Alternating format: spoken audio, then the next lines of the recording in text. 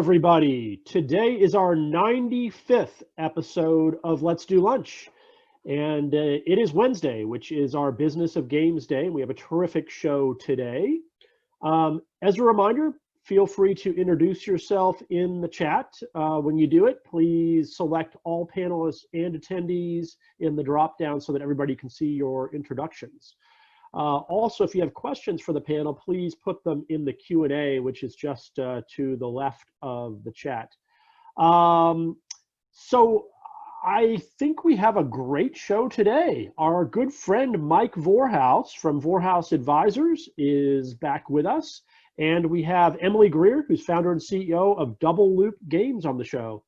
Emily and Mike, please join us. Just welcome from my studio in Hollywood. Pleasure to be here with you all. Super excited to have Emily with me. I had the chance to meet Emily many years ago when she was the co-founder of Congregate. And over the years, I've also had the opportunity to talk about world issues and history and society and culture. And I didn't get into Yale, but Emily did. And I know she would never mention that. So Emily is not only, I think, an amazing game maker, and business person, but she's also super, super smart. And it's really a pleasure to have you here, Emily. How are you doing today? I'm doing very well. I am blushing a little bit, but we've had a lovely conversation. I shouldn't do that to you. I'm particularly remembering one at a conference in San Diego. That was definitely not the usual junk people talk about at game conferences. So listen, you have a really interesting background, and I think people would love to hear a little bit before we talk about your studio and your games, a little bit about your background before gaming and a little bit about how you got involved with Congregate. Yeah, I think I'll start at the beginning, which is, I grew up playing games with my brother. We had an Apple, II and then Apple IIe, and I always played, but I only ever played with my brother and not with any of my other friends. It was definitely in that period where it was a little more unusual and other girls weren't doing it. And so when I went off to college and I wasn't sharing a computer with my brother and seeing him all the time, I kind of stopped playing games for a while. I didn't really know what I wanted to do. I did I studied Russian Eastern European studies and history and things. And then ended up stumbling into marketing, but specifically direct marketing and catalogs and e-commerce, which is really data-driven, sort of data science. I did data science in UA before we really called it that, and I really fell in love with kind of data-driven decision-making. But the way I got into games, I had about a 10-year career there, but the way that I got into games was that my brother, who dropped out of college to work on games, had an idea for a browser game platform and a business, and he asked for my help on the business plan because he was an engineer. He didn't know as much about the business side, and I started helping him, and then I was like, this is a good idea. Would be really fun to work on. I think he needs my help. So Jim, do you want a co-founder? So that was how I got into games. And at that point, I still played browser games some. I had Bejeweled on my flip phone, but I really had gotten very far away from feeling like, that core gamer stereotype that we all have from the media and just from the culture in general. But dove in and we built up Congregate. So the way to think about Congregate, if you're not familiar with it, is that we started off like YouTube for games. So we built a site where anybody who made browser games could upload their game. We added chat and, achievements and comments and forums and all these things around it, and shared ad revenue, and then later in-app purchases with game developers. And that was really attractive at the time. So we quickly built up a lot of games.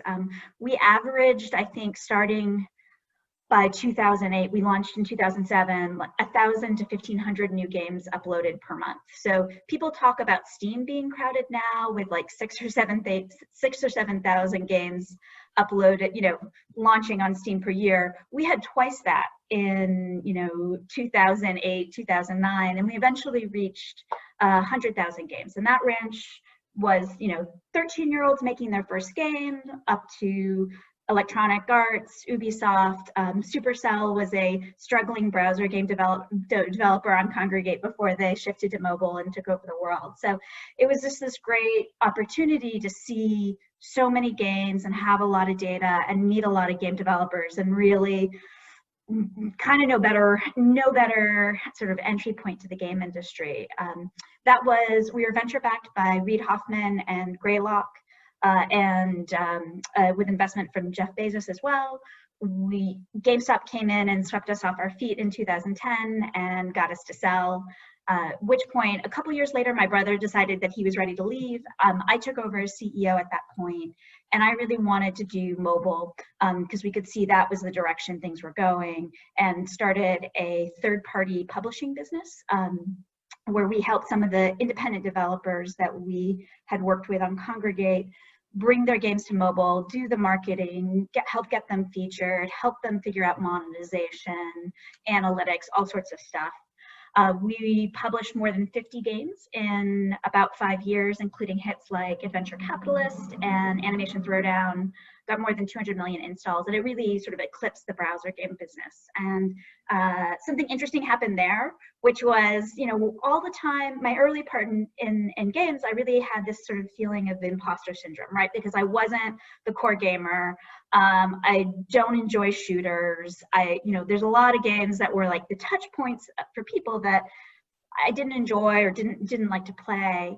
But when we started doing mobile, the team started joking about the Emily test, because the games that I played that we were looking at more than 5 or 6 sessions always turned out to be the hits. And I realized that, what had felt like a weakness was actually a strength, that I represent that big mass market of players who play games and love playing games, and may even play just as much as somebody who thinks of themselves as a core gamer, but plays really differently. And that was sort of the inspiration as I was, last few years was starting to think that I was ready to start something new. And I built a platform, I built a publishing business. I wanted to finally get to make games. And so left Congregate last year, got a good friend who's got a creative and development background to co-found with me, Shelby Maladina.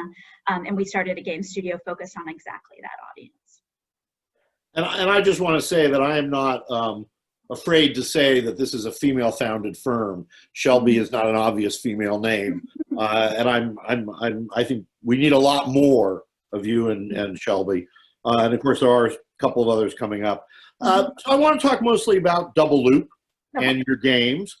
But before we do that, I just think with this sort of crowd that we've got today, people are going to love to know just your observations about going from a startup to being within GameStop. And then I'm quite curious as to what extent GameStop and MTG, which later bought you from GameStop, but is a big Swedish company, how are those two experiences different? Tell us a little bit about the corporate culture of working in these large companies versus a startup. Yeah. So there's multiple factors in there, and one of them is the culture of the company that you're in. But the other is what's their strategic focus? How big an impact do you have on their business? And that has a lot and what their overall priorities were. So the first 4 years of Congregate, it was first just me and Jim.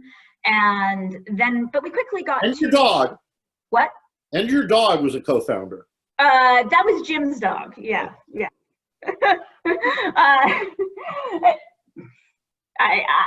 She was cute. She doesn't get that much. We spent a lot of time keeping her from eating cat poop that it was in in our office mate's cat litter. Anyway, so it was like early, that tiny feeling of when you're 6 or 7 people working on something before it launched, like that's an amazing feeling. In a way, like it's like a drug that I've missed for 10 years, is that tiny team with this like really sharp vision that you're all working on. was amazing. And then you launch and suddenly you're successful, you're more successful, but you also have more problems, right? Like, so there's the pre-launch period, which was so fun. And then there was the launch period where we were taking off, but like our servers were having problems and we were figuring out community management. And that was a very, we both felt great because these were all good success problems, but it was maybe the most stress I've ever felt in my life, because it was all on us to figure out. Like, and so when we were bought by GameStop, we'd gotten to break even at that point, and were relatively like stable and everything. But there was this like tremendous feeling of relief that I didn't have to worry about payroll, right? Like that payroll was like taken care of for the foreseeable future, and it didn't matter if some ad agency was slow walking our big check that they owed us, and so that was a big relief. But then but then you have to sort of figure out, how do you fit into this big organization that you don't understand? With GameStop, they were, I was there for 7 years, and I wouldn't have stayed that long if it wasn't overall a positive experience. Part of what was happening was that we kept growing sort of 100% every year, but we were not big enough to matter within a $10 billion sort of organization. So as long as we were, not hiring, 20 people a month, not breaking any HR laws, and consistently coming up with a nice number for their quarterly numbers, we could kind of do anything we wanted. And so it didn't feel as outside of accounting and HR restrictions, it felt pretty free. And that was because we were doing well and a sort of a small size within a larger organization that knew that they didn't understand our business particularly well. So it was interesting going to MTG, where we went from being kind of a smaller fish in a bigger pond to being one where we were a bigger fish in a smaller pond, right? Where, suddenly our numbers mattered a lot to quarterly, to their quarterly earnings. And that was both because we'd grown and because they were smaller. Both of those things mattered quite a bit. And so sort of the relationship and the things changed. And so I had tremendous freedom on HR and various other things. And then was, but whether we were hitting exactly our numbers as we were targeted became much more important. And I don't think that's as much a difference between GameStop and MTG as opposed to what size of company are you within this public company.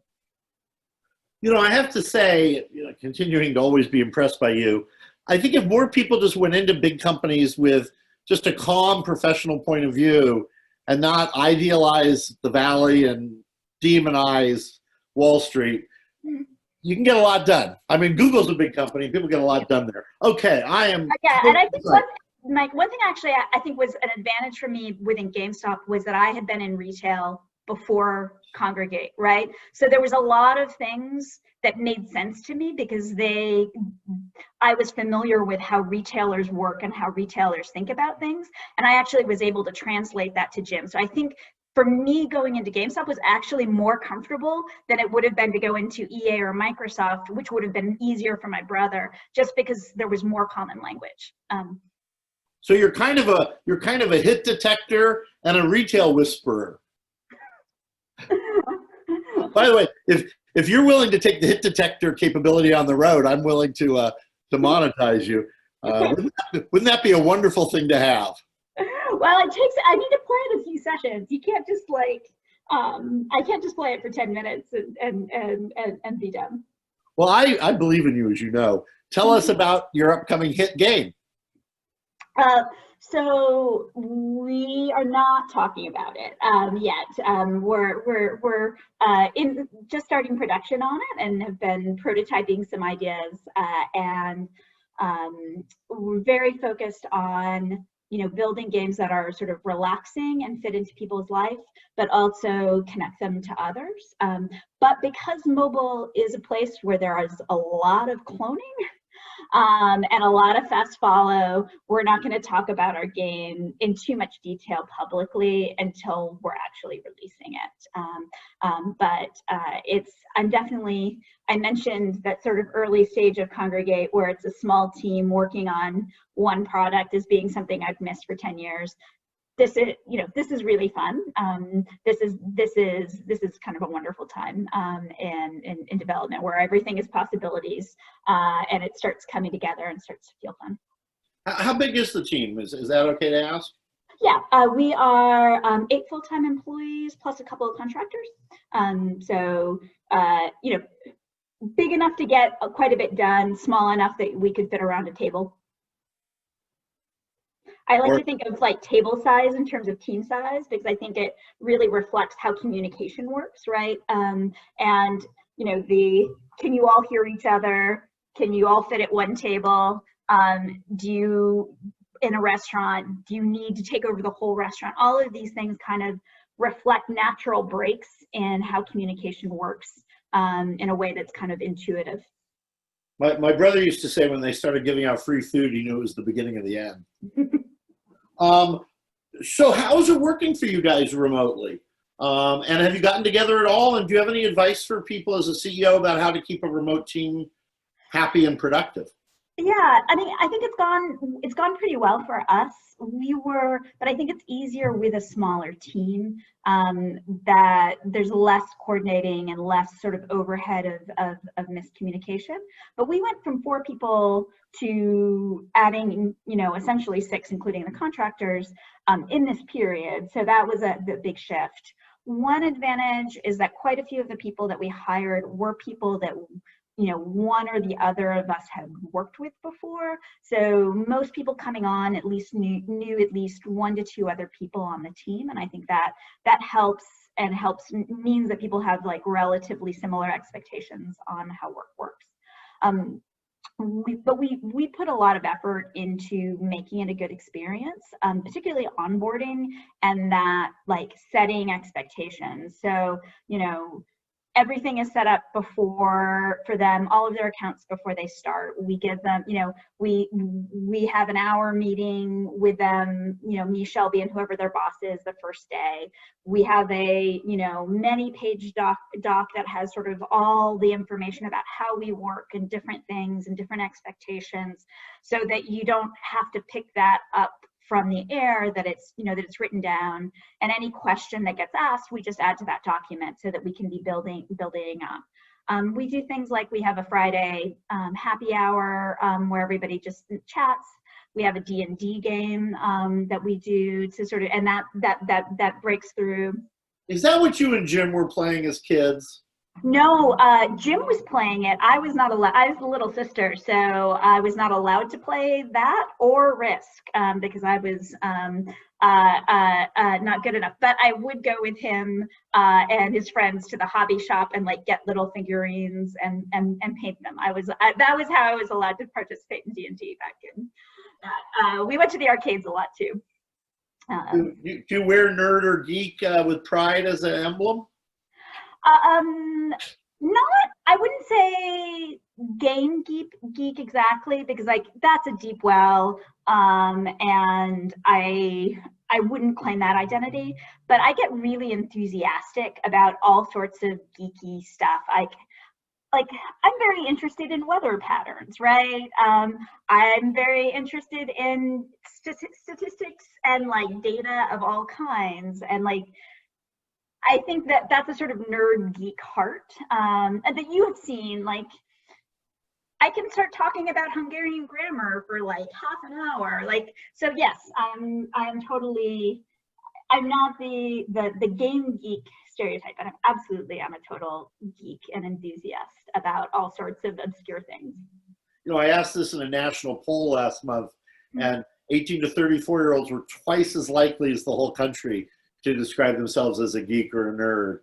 So it's definitely, now I'm not passing judgment on anybody here, but I always like to say a few words to our friends that we're seeing, like Dave Rural, the doctor, Dr. Roll. We see Dave in a white coat.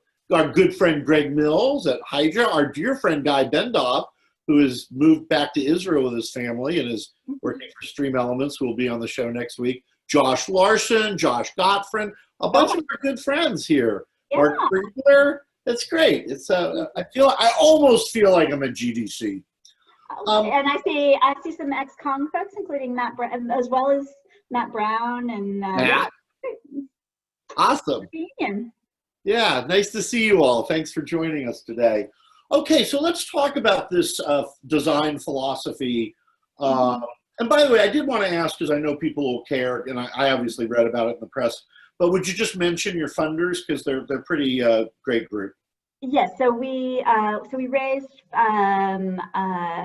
from London Venture Partners, which is kind of like the original game-focused fund, and then One Up Ventures, which is Ed Freeze, formerly of Microsoft, new fund, and he's an old friend, plus some a group of industry angels, including, for full disclosure, Mr. Vorhaus here, but I'm quite pretty a few sure others. I'm at the bottom of the cap table.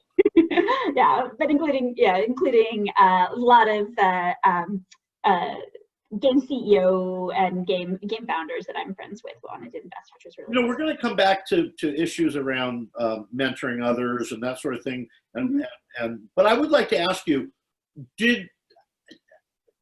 as a woman, did you find particular VCs more interested in you? Did you find any women VCs that went an extra mile for you? How do you feel you were received by all these men in the game industry? It was a totally different thing, fundraising now for Devolup versus Congregate. Being totally honest, I did not really believe in sexism until I started raising investment for Congregate, and some things went down where, including people only wanting to invest if I, gave up my title and wasn't on the board, and other things where people were openly saying I was a negative on the deal and they didn't want me there. And so a lot of people changed their minds over time, but that was definitely still some sort of scar tissue that I had going into this. But the seed round was very easy to raise.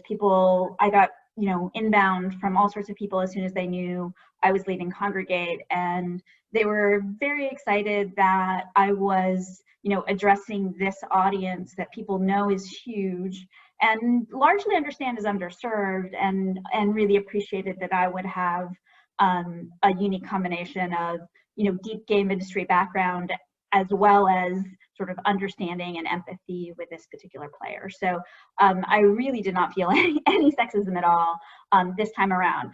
But there's a big difference between being a seasoned founder who everybody already, most of these VCs already knew, versus somebody coming in. And I don't want to say all of these problems have gone away. I don't think that's true.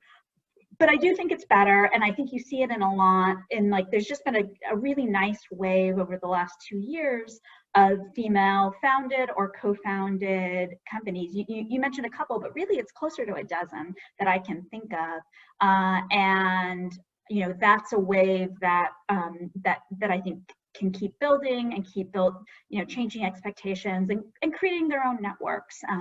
A lot of my female friends in the game industry, we're really sort of cooperating to help each other out now, and I think that's something that sort of helps even things out in an important way. Yeah, I feel like it's, I've been doing this for a few years too. I feel like we're definitely making progress. I feel like people are talking about it. I try to take this no woman, no panel point of view. I'm such a conference guy, seriously. And I think we need to talk about it. And, we always tend to not want to talk about this. And the same is true for Black and Hispanic entrepreneurs. I think we need to talk about it.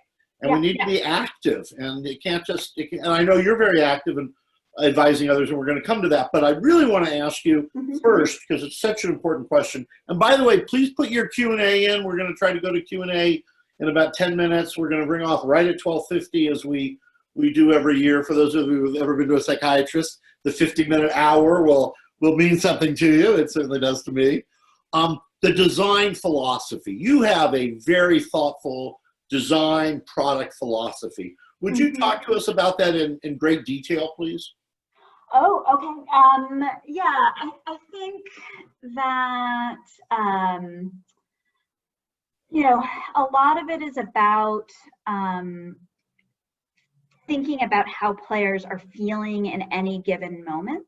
And making them feel sort of welcome and relaxed and secured, as well as challenged. You know, I think there's different people have different motivations for playing games, and I think if you've looked at, for example, Quantic Foundry's research on age, those motivations do change over time. The ones that I'm most in touch with are, you know, for adults, for people who have, you know, jobs and kids and other stressors. And, you know, relaxation and escape, I think, are really core things that are important. So, you know, we're looking for designing for Zen-like loops, things where you sort of, your mind rests, and yet you're totally engaged. And we think that's really important. The same time, you want kind of real challenge, and sort of but also familiarity. You don't want to overwhelm people. We really believe that, you know, there's almost no depth of gameplay that isn't, that somebody who's playing a game wouldn't enjoy if you unfold it right. You just need to be very careful about how you do it, because it's pretty easy to overwhelm people. And especially somebody who comes in who doesn't think of themselves as a gamer, they're not going to go look at the wiki or ask a friend or you know, you do that to figure out, you know, how do I play this? They're going to say, oh, this game isn't for me. I'm not good enough for this game, and they're going to churn. So you need to really be sort of thoughtful and careful about how you manage kind of what we talk about as the cognitive load of people.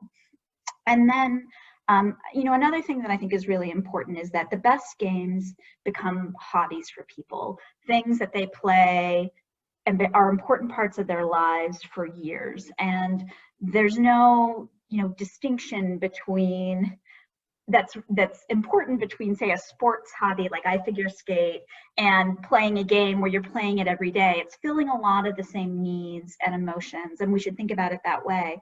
And that the best hobbies, the most meaningful long-term ones, both fill something that you want and you're needing in terms of entertainment and relaxation, but they also connect you to other people, and they also connect you to community, and they make you feel less alone. So how do we do that in a way in games that feels safe and feels comfortable? Because there's a lot of social in games where the opposite is happening, where it's very aggressive, where, you know, people are getting torn down and insulted, and, you know, that is a really negative experience. But the other side of it is when you can have a supportive experience, that's sort of transcendent, and that's really meaningful to people. So we want to think about, okay, how do we get to that, and how do we get to that with this audience? Do you have a hobby game? Do you have time to have a hobby game with all the other games you have to play? If I had one sort of long-term hobby game, it is probably Bloons Tower Defense 5, which is a game that I will start and stop playing off and on every few years. I'll lapse from it for 3 months and then just go back and start playing it again. So it's not, it's a little bit of a sort of a pickup hobby. The ones I've also played very large amounts of idle games, particularly Adventure Capitalist, Adventure Communist, some others. Those I don't tend to restart. I tend to play obsessively for like 3 months, 6 months, and then I hit some wall and stop, and then I don't go back. Another game that I've loved long term are two games, are Cookie Jam and Gardenscapes. I really Cookie Jam. There's just something. There's like the guy is so delighted when you win, and I just love that little detail. And then I really like the garden world of Gardenscapes. Is that Scopely and then Playrix, or are they both Playrix? No, Cookie Jam is I'm sorry, Jamscape, yeah, and then Gardenscapes is Playrix. Probably the, except for people that watch the charts, probably the least known, $1 billion or more valued company, Playrix. Completely, I think, misunderstood. By the way, I've been playing Dots since it came out, and I play almost every day because I don't like to buy things, and they give me like a free bomb every day. But I mean, they actually finally sold, as you saw. Yeah. All right. You're so involved in definition of product and implementation of product. I'd love to understand what you're doing different in each of those two stages based on your experience, and how are those stages different? I guess you're going from a high definition stage right now to the beginning of actually coding. Well, we've been coding from the start, but we had both Shelby and I have a general agreement that prototyping is best with a very small team. If you have too many people involved, it's hard to kind of move fast, throw things away, explore ideas. So we spent it was, as a deliberate choice, we spent about 8 months exploring a lot of different ideas and seeing how they work together. So by the end of that, the shape of the game became really clear, and that coding, the work we've done there, now we're just sort of expanding, rewriting, and sort of taking to the full game. So it's not as much like a kind of harsh separator, but there was okay, earlier on, everything could be thrown away at any moment. Now we have certain things we're trying out, and they may not work, but we're working with sort of on a game with clear shape. But this is my first time. I love games, but with Congregate as a publisher, we were mostly coming in as games are coming up to launch. So this is we bought some studios, and so I got to see some early development. But by then I was the boss of 120 people. Nobody wanted to show me anything until it was like pretty good. So this is actually my first time to really get to see the sausage made. Interesting. Do you have outside advisors that are game makers that you've opened the kimono to? Yeah. We did multiple rounds of playtesting with our prototypes. Each time we did a mix of industry friends who would give a certain kind of advice, but also looking to get much more sort of people off the street, people that were our audience. My nephew is a favorite playtester. He is the most ruthlessly honest game player you've ever encountered. How old is he? He just turned 10. And then we also use Playtest Cloud to do sort of remote playtesting, where we can choose demographics and then have videos of that. So so we took a lot from all of those things. There's definitely things you get from getting another designer, or we had some friends who'd worked a lot on puzzle games, and they played it and looked at our how we are thinking about obstacles and our tools and other things. So we definitely do that. And there's as I said, there's quite a lot of cooperation amongst startup studios. We all know that that we can help each other, and we do. And the hardest fight is to make a game that's good, and we can help each other do that.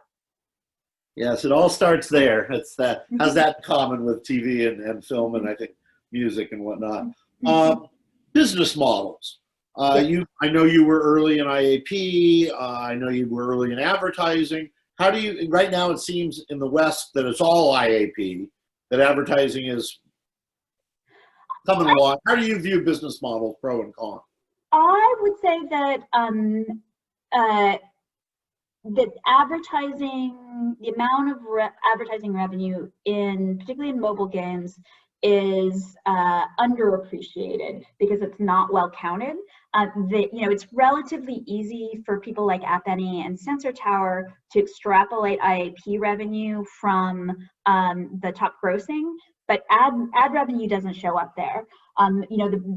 There's a lot of money being made in the hyper casual side, and at Congregate for us, we were getting about a third of our revenue in through mobile advertising, and that was of significant volume. I think were we on the higher end of companies? Sure, but we were definitely far from the biggest. So I think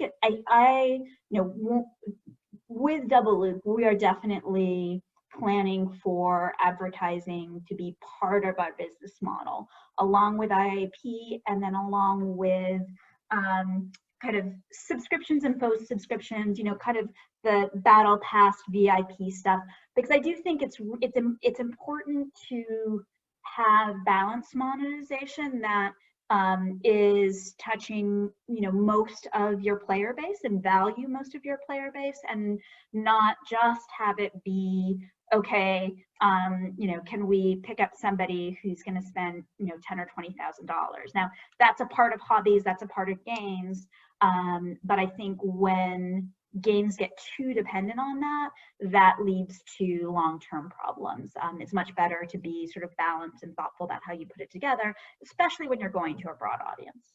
Yeah, no, I agree with you totally. Tell me a little bit about your own advisory work, and I'm curious if you've particularly been involved in, whether you have any focus in your advisory work. And yeah, so my main focus is helping other women who are starting companies in the games business, mostly studios, and that's something that's gone back since when I was still at Congregate. I started, essentially it was sort of known that if somebody's raising money or thinking about raising investment, they'll get introduced to Emily, and I'll start giving them advice, because for a long time, I was one of the rare females who'd actually gone through that process. Now there's more, but I'm still, kind of sort of open to helping anybody who sort of wants advice about startups. Since I left Congregate, I also have the ability to invest. So I've had the chance to invest in a couple of studios that I'm also an advisor to. One is one that I know you're involved with as well, which is a company called Toya in Israel, female-led, working on Roblox games. And then another one, I think I saw her on the chat, is Glow Up Games, which is led by women of color. They're working on a game with the Insecure license and other great stuff. So yeah, I generally I like helping people, and I like random people who reach out and want my advice. I'll generally give, but I try to focus my time on helping other women and folks who've been marginalized in games for one reason or another. you mentioned Roblox. I suspect you also know Buildbox and Manticore and others. Talk to us a little bit about the creator economy. By the way, I want to remind people, if you've got questions, please don't put them in the chat. Please put them in the Q&A box. That makes it easier for me and Emily. I forgot my train of thought. I apologize. First time I've done this live. Manticore creator community. Say that again. Sorry. You were going to ask me something about Manticore and the creator community. Yeah, the whole creator economy. And can you talk about it? Not everybody on the phone may be fully aware of it. And what do you see the legs in that category? Yeah, Congregate was part of a creator ecosystem, and in some ways one of I think the sort of original creator ecosystem that built up around Flash, which was the first really sort of easy to use tool to make games, and that was that's why we got 100,000 games, because it was relatively easy to make these games. So somebody with a little bit of art skills, or even, to be honest, some really terrible art skills, could sort of work through AS2 and put something together and put it up. And the truth is that most of those games were terrible. Like, there were a lot of really terrible games, but it also meant that young creators and a lot of people who had no exposure to the game industry started creating really amazing games because they had that ability, and they encouraged each other, and they spoke to each other, and built that up. And that, with the sort of deprecation of Flash, that ecosystem went away, but I think a lot of it has moved to places like Roblox. And what you get out of that is you get a lot of people who have really fresh ideas and just no preconceptions about what anybody wants to play.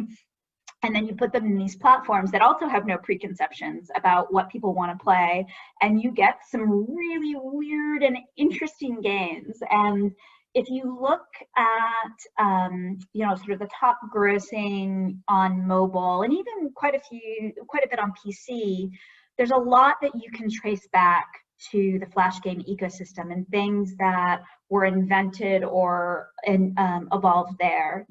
Angry Birds was really just like, a polished up reskin of a classic Flash game called Crush the Castle, right? And the threads from Clash of Clans into the Flash tower defense scene is very, very clear in lots of ways if you draw that.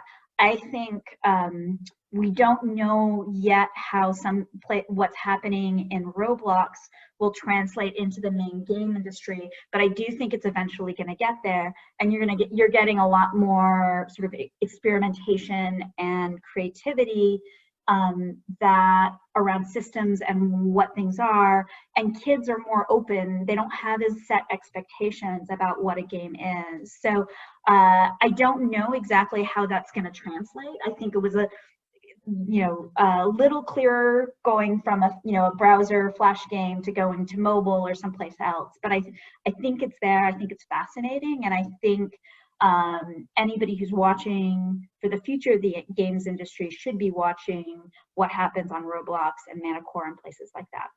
Yeah. By the way, I want to mention to people, Roblox goes out of their way for developers, whether they're professional developers like Toya or whether they're kids. I mean, they help you with UA. UA is a lot less expensive on their platform. They have some great, they help you test the game. I mean, I know you've interacted with them too. It's not, it's no low-end platform. Yep. Okay, you've mentioned a few things during the course of this that are pretty important big game questions. I don't know if we'll have time for all of them, and we do have one question. I want to get to that. So I'll pick between my two. Cross-platform. I chose cross-platform over cloud platform. Good. How important is okay, good. How important is cross-platform in general, and how important to you?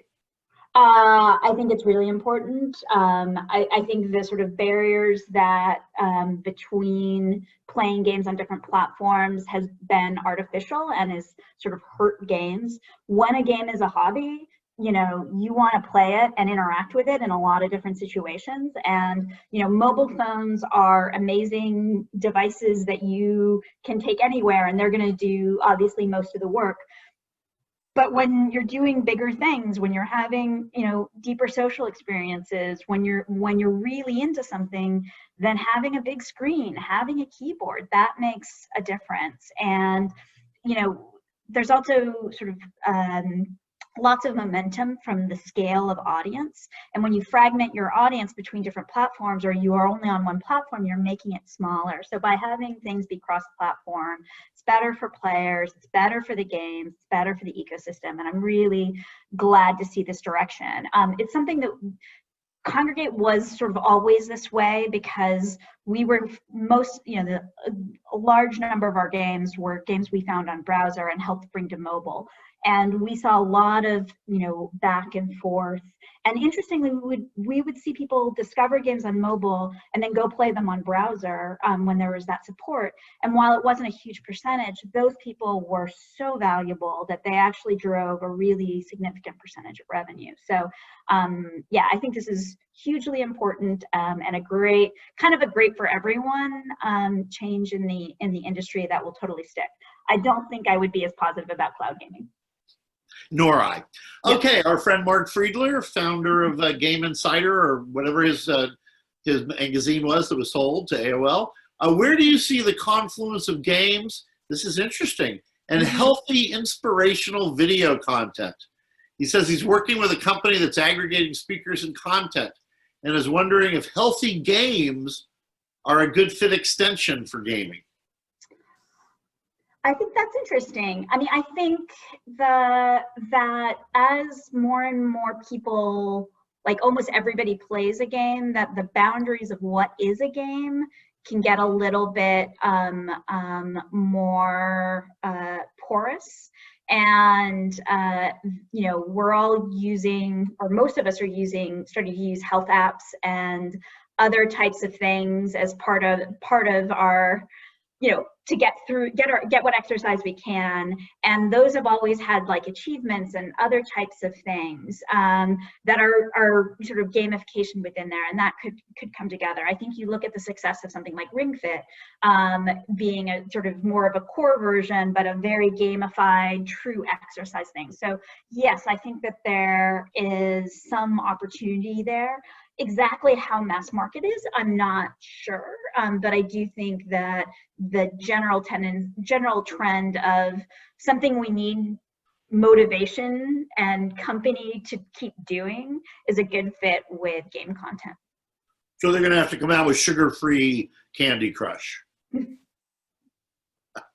All right. Fantasy, you don't need to. You're right. Yeah. Calories are only in the real world. Mm-hmm.